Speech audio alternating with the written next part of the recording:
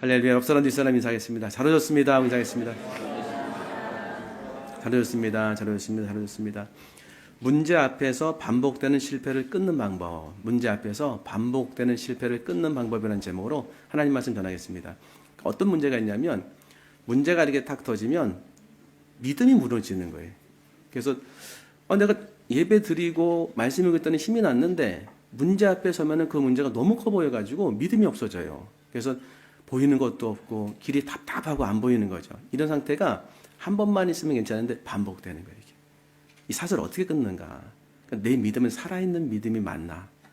나를 살리는 믿음이 맞나? 근데 그게 아주 명확하게 나타난 성경이 있습니다.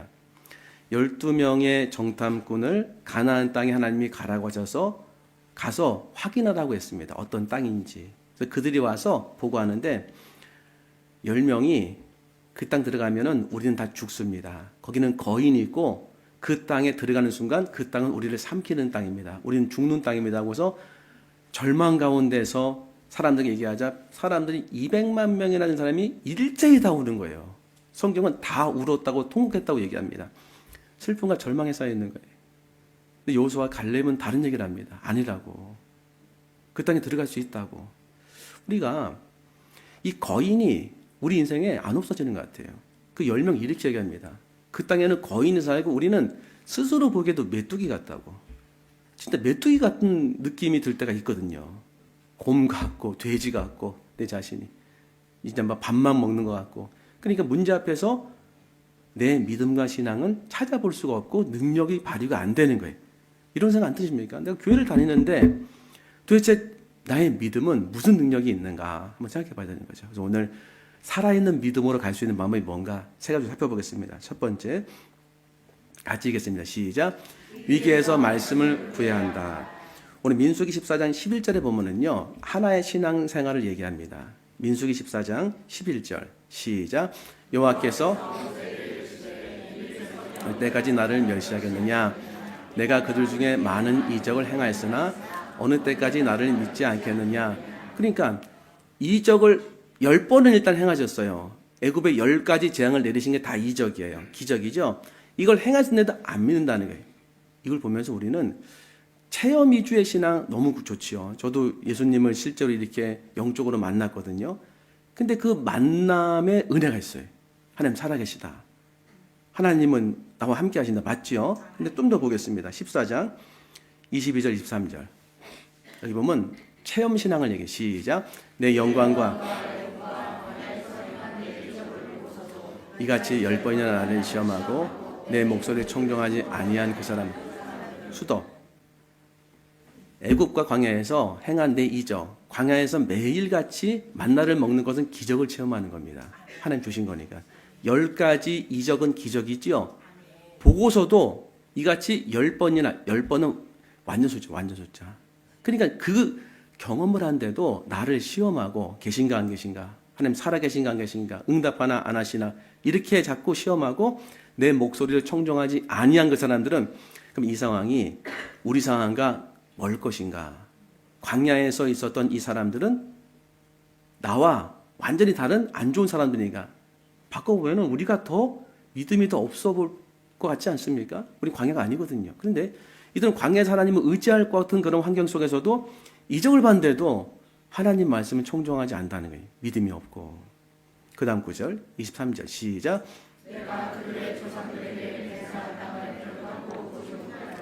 또 나를 멸시하는 사람은 한 사람도 그것을 보지 못하리라. 아멘이죠. 그러니까 체험 위주의 신앙 좋습니다. 체험해야 하잖아요. 하나님 나와 함께 하신다. 아니 하나님 살아계신다. 근데 그 하나님 살아계신 게 내 삶에서 무슨 영향을 주냐? 나는 어떻게 은혜를 받고 있냐? 연결이 안 돼요, 지금. 하나님의 살아계시가 알겠어요. 근데 하나님이 지금 나에게 어떻게 도와주시는지 연결고리가 없어요. 그러니까 문제가 팡 터지면 그냥 와르르 무너지는 거예요. 10명도 하나님이 살아계신 건 믿었다니까요. 딱 이런 상태입니다. 야고보서 2장 19절 20절. 시작. 내가 하나님은 한도다. 귀신도 믿고 떠느니라.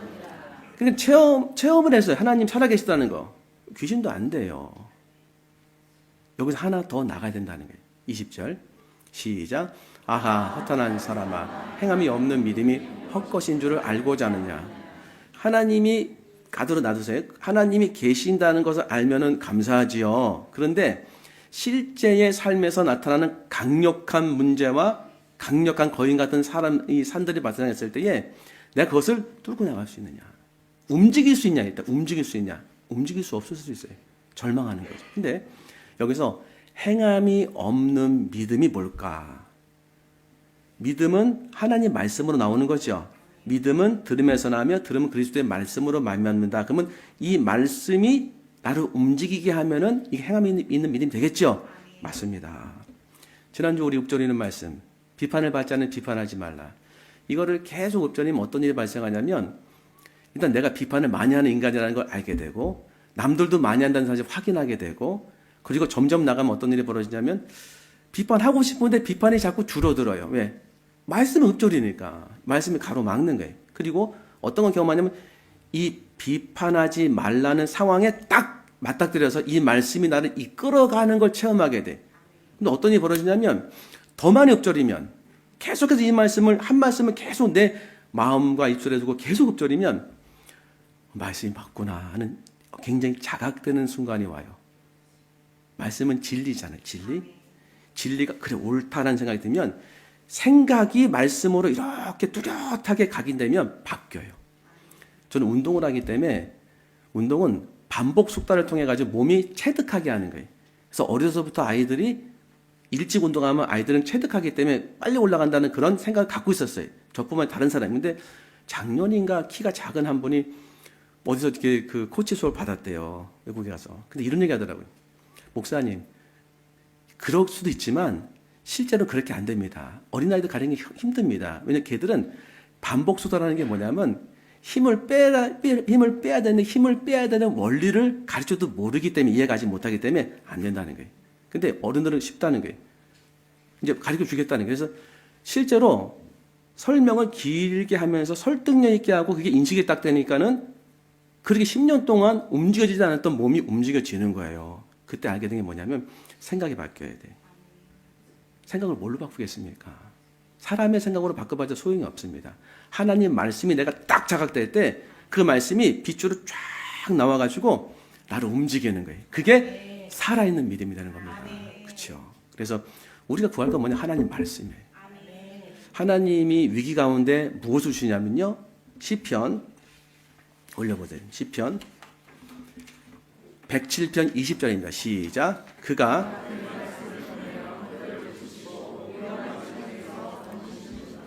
무기와 뭐 사람과 물질을 공급하신 것이 아니라 말씀을 공급하셨다는 건 말씀이 실제 삶에서 능력이 된다는 거예요. 위험 가운데 말씀 보내서 그들을 건진다는 겁니다. 그럼 지금 뭘 받아야 된다? 말씀 구해야 돼. 우리는 지금 말씀을 구하지 않아도 말씀을 듣고 있지 않습니까? 그렇죠? 이런 말씀들이 내 가운데 다가오는 말씀부터 붙잡아야 돼. 붙잡고 그것을 한번 해보세요. 정말로 제가 적극적으로 말씀드립니다. 여러 가지 말씀 붙잡으면 좋지만 한 말씀하고 깊이 들어가 보는, 그러면 각인될 때까지 어떤 일이 벗겨나는지 저는 겪고 있으니까요. 수도 없이 많은 사람들이 같이 은혜 받고 있습니다. 그래서 살아있는 믿음은 딱 하나가 다는 거예요. 그 심령의 말씀이 살아 움직이는 거예요. 그러니까 그 말씀이 자기를 끌어가는 거예요. 그러니 믿음이 살아있을 수밖에 없죠. 왜? 하나님 말씀은 살았고 운동력이 있어. 저의 날선 어떤 것보다 예리하여 혼과 영과 및 관절과 골수를 찔러 쪼갠다는 것은 내 생각을 자른다는 거예요. 없앤다는 겁니다. 첫 번째 메시지. 두 번째 같이 읽겠습니다. 시작. 기도로 나쁜 감정을 몰아내야 한다. 그러니까 문제 앞에서 제일 먼저 드는 게 뭐냐면 절망이에요. 희망이 사라지는 거예요. 희망이 사라지면 그 다음서부터는요, 보이는 시야가 굉장히 좁아들어요. 안 보여요. 그러니까는 마치 비행기 타고 쭉 나가면 옆에가 확 지나가는 것처럼 시야가 그렇게 확 지나가는 느낌보다는 없어져요. 그냥 컴컴해져요. 암담해져요. 그리고 내가 어디 서 있는지 방향감을 상실하게 됩니다. 절망은 흑암이니까. 그러면서 어떤 일이 벌어지냐면 감정적으로 두렵고 불안하고 때로는 속상하고 화나고 분노가 막 튀어올라서 입에서 나온 대로 막 튀어나오는 거예요. 그 상황을 보여드리면 민수기 13장 31절부터 33절 읽겠습니다. 시작. 그와 함께 우리는 능히 올라가서 그 백성을 치지 못하리라. 그들은 우리보다 강하니라 하고. 못한다는 거예요. 못한다는 것이 명확히 내 가슴 속에 확인이 될 때 우리는 희망을 잃는 거죠. 그래서 32절 시작. 이스라엘 자손 앞에서 그 정탐한 땅을 악평하여 이르되 우리가 두루다니며 정탐한 땅은 그 거주민을 삼키는 땅이요 거기서 본 모든 백성은 신장이 장대한 자들이며. 자, 그러면 모세가 하나님 말씀 딱 받아가지고 가나안 땅에 가서 실제로 그 땅을 정탐하라. 그 땅의 과일이 어떤지 확인하고 옥토, 비옥한 땅인지 메마른 땅인지 좋은 땅인지 그렇지 않고 나쁜 땅인지를 확인하라 했어요. 그래서 보고했습니다. 보고는 있는 거더라는 거죠. 그래서 장점과 단점 다 얘기하는 게 보고죠. 보고 아닌 거 찾아보세요. 보고 아닌 거. 보고 아닌 거가 나와 있어요. 이스라엘 자손 앞에서 그 땅을, 그 정탐한 땅을 악평이랑 동그라미 쳐야 돼. 악평을. 이거는 주관적 해석이에요. 그러니까 보고는 사실에 기초하기 때문에 우리가 사실에 기초해 생각할 수 있습니다. 여기까지 우리 할 수 있어요. 근데 뭘 하지 말아야면 악평하는 순간 문제가 생겨요. 내 주관적을 판단하는 순간. 저 정탐한 땅을 악평하 이르되 우리가 두루다니며 정탐한 땅은 그 거주민을 삼키는 땅이요 거기서 본 모든 백성은 신장이 장대한 자들. 그러면 여호수아 갈렙은 좀 이따 보겠지만 다른 얘기를 하는데 이 사람들은 무슨 근거로 하는가? 근거가 있어요. 여기 보면은 거주민을 삼키는 땅인데 모든 백성 신장이 장대한 자들이며 거인이 있대. 33절 시작.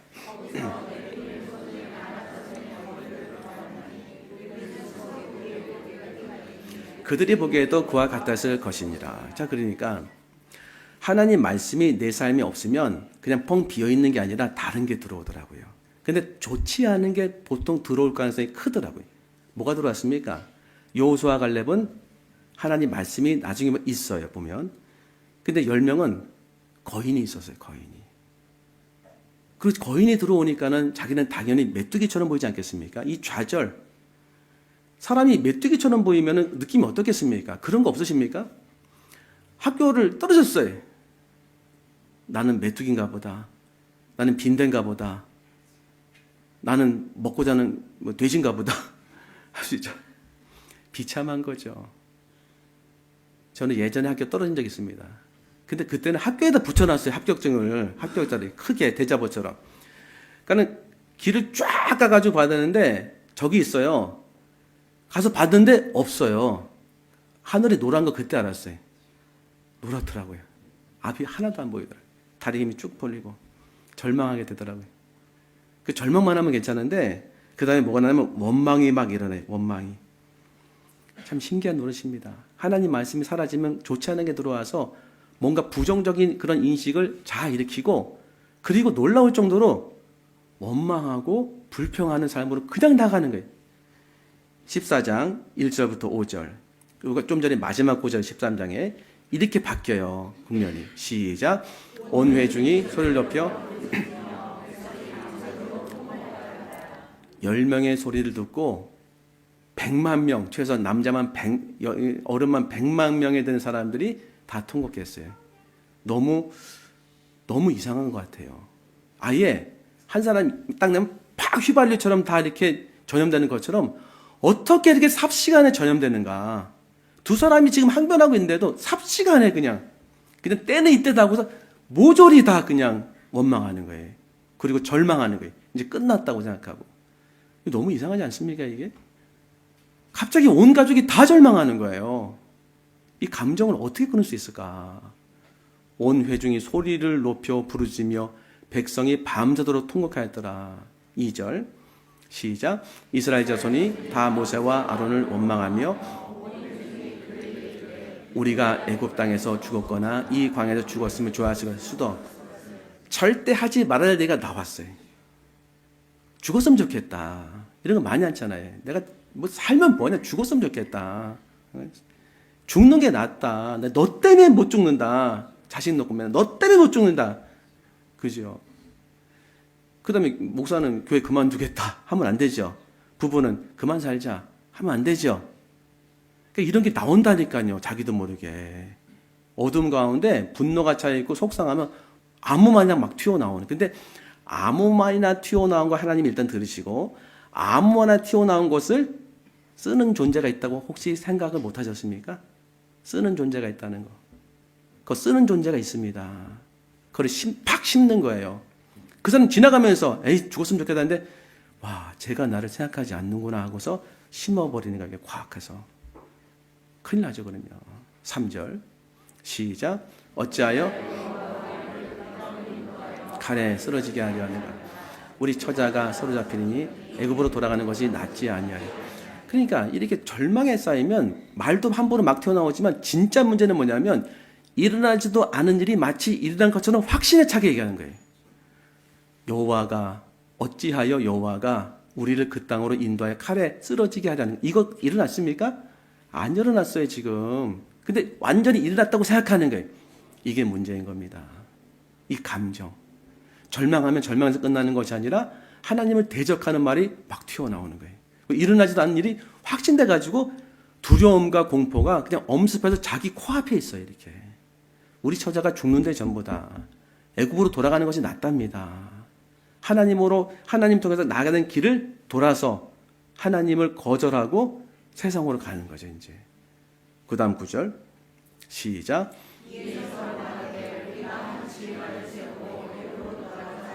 5절 시작. 이길 수가 없는 거예요. 모세 아론이. 모세가 누굽니까? 하나님의 사람인데도 그 수많은 사람이 일제히 함성을 지르고 시위하자 엎드린 거예요. 어떻게 할 수가 없는 거예요. 그 다음에 여호수아가 일어나요. 근데 여호수아가 하는 얘기를 딱 들어보면은 스데반이 죽을 각오 하고는 얘기랑 똑같아요. 옷을 찢어요. 찢고서 하나님을 거역하지 마십시오. 하나님이 기뻐하시면 우리를 그 땅으로 들여보내실 겁니다. 그 땅의 백성을 두려워하지 마십시오. 그 땅의 보호자는 그들에게서 떠났고 하나님 우리와 함께 하십니다. 그들을 두려워하지 마십시오. 하자 14장 10절 이렇게 반응해. 시작. 온 회중이 그때 여호와의 영광이 현막에서 이스라엘 모든 자손에게 나타나십니다. 이거 조금 있으면 죽는 거예요. 만약 하나님이 개입하지 않으면 죽었어요. 스데반처럼. 하나님 개입하신 거예요. 이런 감정이었습니다. 이런 감정이 우리에게 있다는 거예요. 문제가 터지면은 메뚜기 같은 존재가 되고 너무 문제가 커 보여가지고 믿음이 다 와르르 무너집니다. 무너지고 그때 세워야 될 거 하나님 말씀 붙잡아야 된다. 그 말씀을 내 심령에 계속 새겨야 된다. 그 말씀이 살아 움직이도록 은혜를 구해야 된다. 그 다음에 이 말씀이 나의 생각을 변화시킨다면 감정을 좀 새롭게 하는 게 뭘까요? 제 목회를 하다 보니까 기도밖에 없어요. 시간이 지나면 감정이 사라진다고요? 아니요. 감정이 이렇게 잠깐 내려놓는 것들 다시 올라와요. 그러니까 기도를 막 하는데 어떨 때는 기도하다가 중간에 희미하게 저쪽에서 뭔가가 나타나는데 아주 희미하게 희망적인 게 나타나는데 그게 도화선이 돼요. 어떨 때는 기도를 다 했는데도 아무 느낌이 없어요. 근데 기도하고 일어나 나가는데 좀 가벼워진 느낌이 들어요. 그 출발이었던 거예요. 어떨 때는 기도를 막 하는데 기도 가운데 하나님 앞에 항변하는 게 하나님 이럴 수 있습니까? 하나님의 정의가 살아있습니까? 이거 어찌 됐습니까? 막 소리 지르면서 할 수 있죠. 속상해서 막. 근데 이상하게 시원한 거예요. 끝나고 나면 뭔가 마음이 풀리는 것 같아. 왜 그럴까요? 기도 가운데 주님이 역사하기 때문에. 내 마음을 만지시기 때문에. 그렇죠?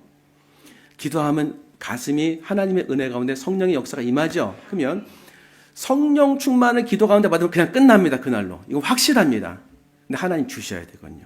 근데 우리가 반대로 하나님 주실 때까지 기다리는 거 좋지요. 우리 편에서 맞이하러 나갈 수 있는 것도 있지 않겠습니까?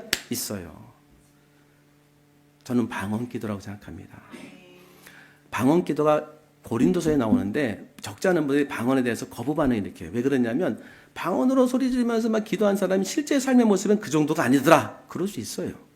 그렇다고 성경에서 얘기하는 이 기도를 부인하면 안 됩니다. 그렇죠? 근데 어떤 능력이냐면 고린도전서 14장 2절에 보면 같이 읽겠습니다. 시작. 방언을 말하는 자는 사람에게 하지 아니하고 하나님께 하나니 이는 알아듣는 자가 없고 영으로 비밀을 말함이라. 그러니까 방언은 여러분이 다 아는 대로 모르겠어요. 이게 무슨 내용인지. 맞다는 거예요. 방언을 말하는 자는 사람에게 하는 게 아니래요. 하나님께 한다는 거예요. 알아듣는 사람이 없기 때문에 이건 사람에게 하는 게 아닌데 영으로 비밀을 말함이라. 영어 성경에 His Spirit, 그의 영이 얘기한다는 거예요. 근데 세 번째 성경 보면은 성령으로 비밀을 말함이라. 그럼 뭐가 맞냐? 성령으로 성령이 내 영에 말한 것을 내 영이 대신 이렇게 내 음성으로 하나님께 비밀을 말하는 겁니다. 무슨 비밀? 하나님 나라의 일들, 나를 향한 계획들, 복음의 능력들, 이런 거겠죠? 자, 그러면 나는 몰라요. 근데 내 영은 성령님이 지금 하시는 그런 기도를 받아서 하나님께 하는 겁니다. 그러면 내 영은 좋을까 나쁠까요? 좋다는 것이 4절에 나와요. 4절 시작. 방언을 말한 자는 자기의 덕을 세우고 예언한 자는 교회의 덕을 세우나니. 그러니까 예언은 한국말로 하기 때문에 기뻐요. 이렇게 들으면 하나님 말씀이 다 예언 아닙니까? 그런데 방언은 못 알아들어요. 근데 못 알아차린다고 유익이 없는 게 자기에게 덕이 되는 거예요. 자신의 영에게. 저는 이렇게 그 설교 준비하다 설교 준비 처음 할 때, 설교 준비 막힐 때 제일 많이 방언을 합니다. 앉아가지고 막 이렇게 해요. 하면은 어떤 일이 벌어지냐면 한 20분 30분 하면은 저 가슴부터 이렇게 좀 내려와서 여기서 뭔가 이렇게 올라온 느낌이 들어요. 이렇게 그거를 계속 주님 앞에 구하면 그게 나타나요. 하나님은 내가 말씀이죠.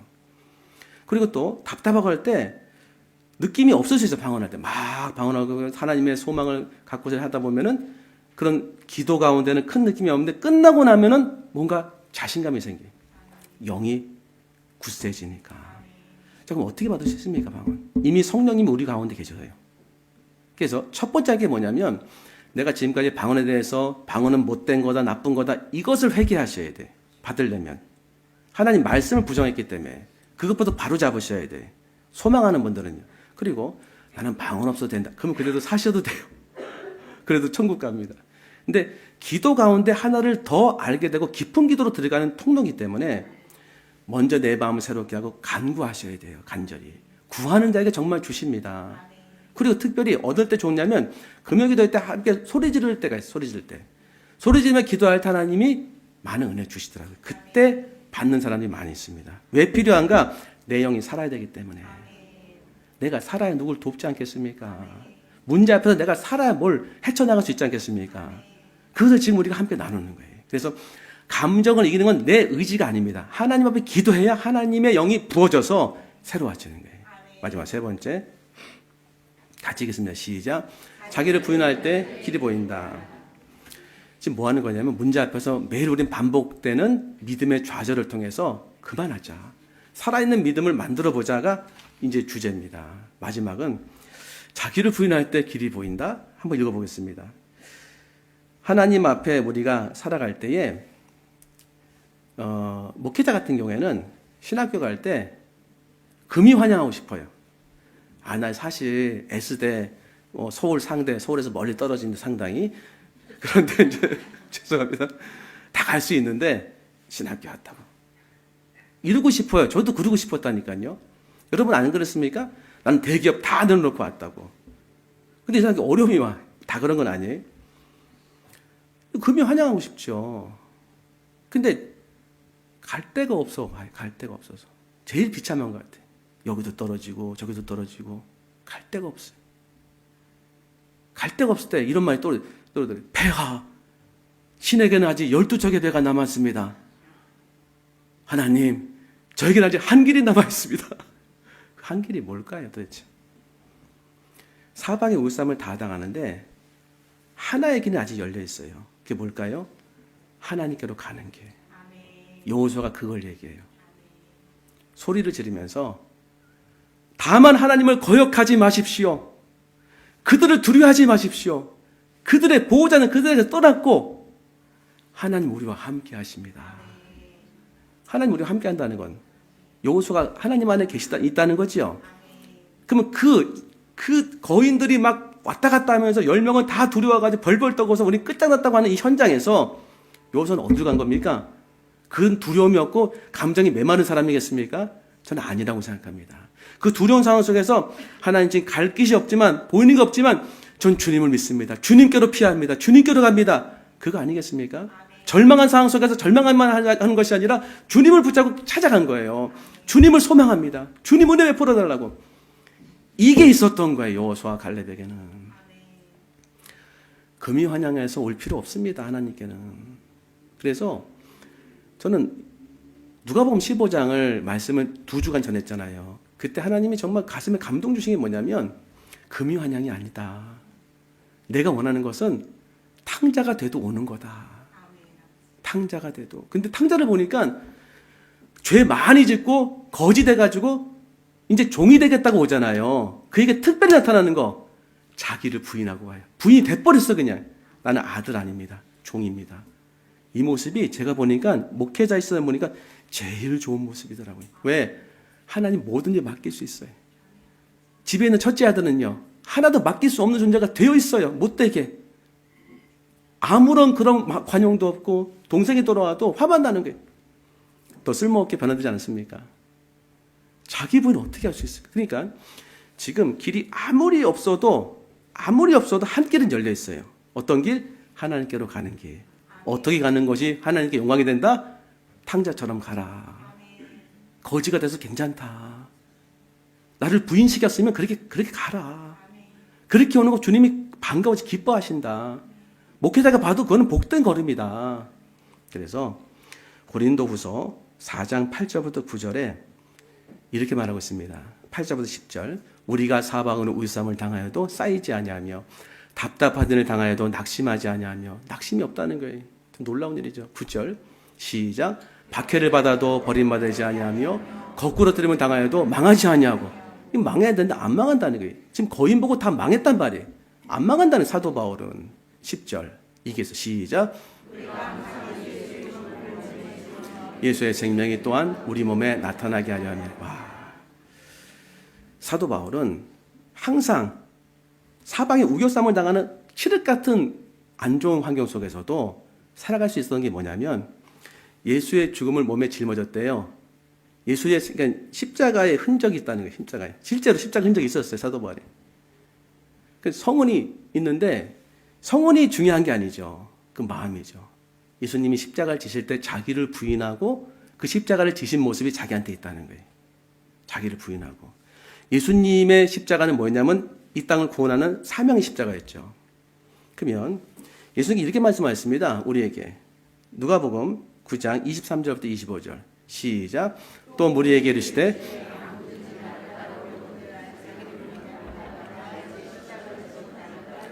아멘입니다. 자기 부인이 뭔가? 자기를 부정하는 거예요. 그러면 자기 십자가는 뭔가? 예수님의 십자가는 사명이었어요. 하나님이 예수님께 말한 사명, 십자가를 지고 죽는 거. 우리에게 이 십자가는 사명이에요. 사명. 나에게 맡겨진 사명. 나에게 말씀하신 사명. 내가 가야 될 사명. 근데 뭘 해야 갈 수 있다? 자기를 부인해야 돼. 그러면 12명이 다 사명을 받았어요. 가나안 땅은 정탐하고 와라. 좋은지 나쁜지. 왔는데 10명은 다 식족하고 2명만 살아남았어요. 왜 그랬을까요? 자기 부인을 못한 거예요. 십자가는 다 지고 왔는데 다 십자가를 던지고 왔어요. 자기 부인하지 못하고 악평했어요. 자기 부인이 뭡니까? 자기 생각을 내려놓는 거예요. 자기 주관, 자기 가치 다 내려놓는 거예요. 하나님 말씀 앞에서. 그치요? 두 사람만 하나님 말씀 붙잡고 두렵고 무서워도 하나님이 우리와 함께 하신다. 지금까지 인도하신 하나님은 나의 목자이시다. 내 가슴 속에 하나님을 이렇게 모시면서 날마다 내 감정과 내 공포 속에서 그걸 바라보는 것이 아니라 그것을 이기려고 주님을 의지하고 한 걸음 한 걸음 나갈 때 그게 십자가의 은혜 아니겠습니까? 자기가 부인되지 않겠어요? 그러면 우리는 어떻게 자기 부인할 수 있을까? 저는 이걸 한번 생각해 봐야죠.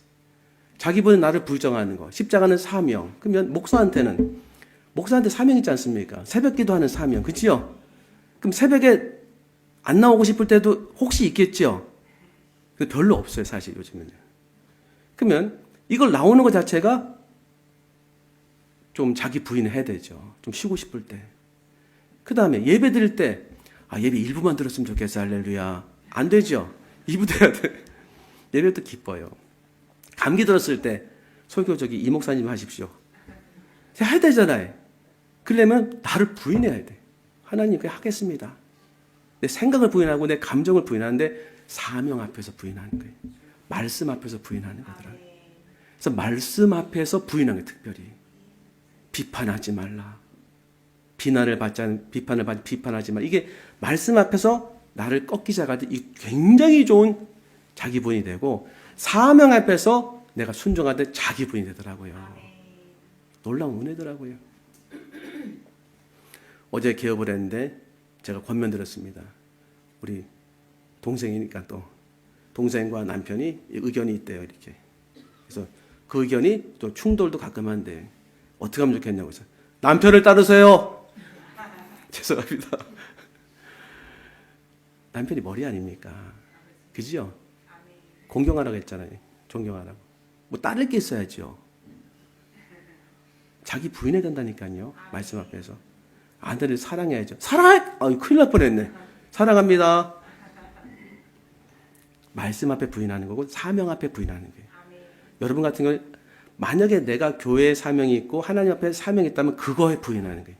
그걸 따라갈 때 나를 내려놓는 겁니다. 그때 어떤 게 길이 열려요. 문제는. 길이 없을 때 주님 가면은 그게 길이고, 주님 앞에서 모든 문이 막혔을 때 십자가를 지면은 그냥 거기서 내가 길을 개척해서 가는, 개척해서. 진짜입니다. 길이 없어서 길을 만들게 되더라고요. 주님이 그렇게 역사하시더라고요. 길이 없다고 길이 없는 게 아니에요. 내가 만들어버리게 되더라니까요. 그게 사명 붙잡고 나를 부인하면 갈 수 있는 길이다. 한 주간 여러 가지 일이 있었지만 주의 말씀 붙잡고 승리하시는 여러분들에게 소망합니다. 기도하겠습니다. 하나님 감사합니다. 문제 앞에서 이제 더 이상 메뚜기 생각을 하지 아니하고 주의 말씀 붙잡고 살아가겠습니다. 주님 도우시고 역사해 주시옵소서. 감사하며 예수님 이름으로 기도합나이다. 아멘.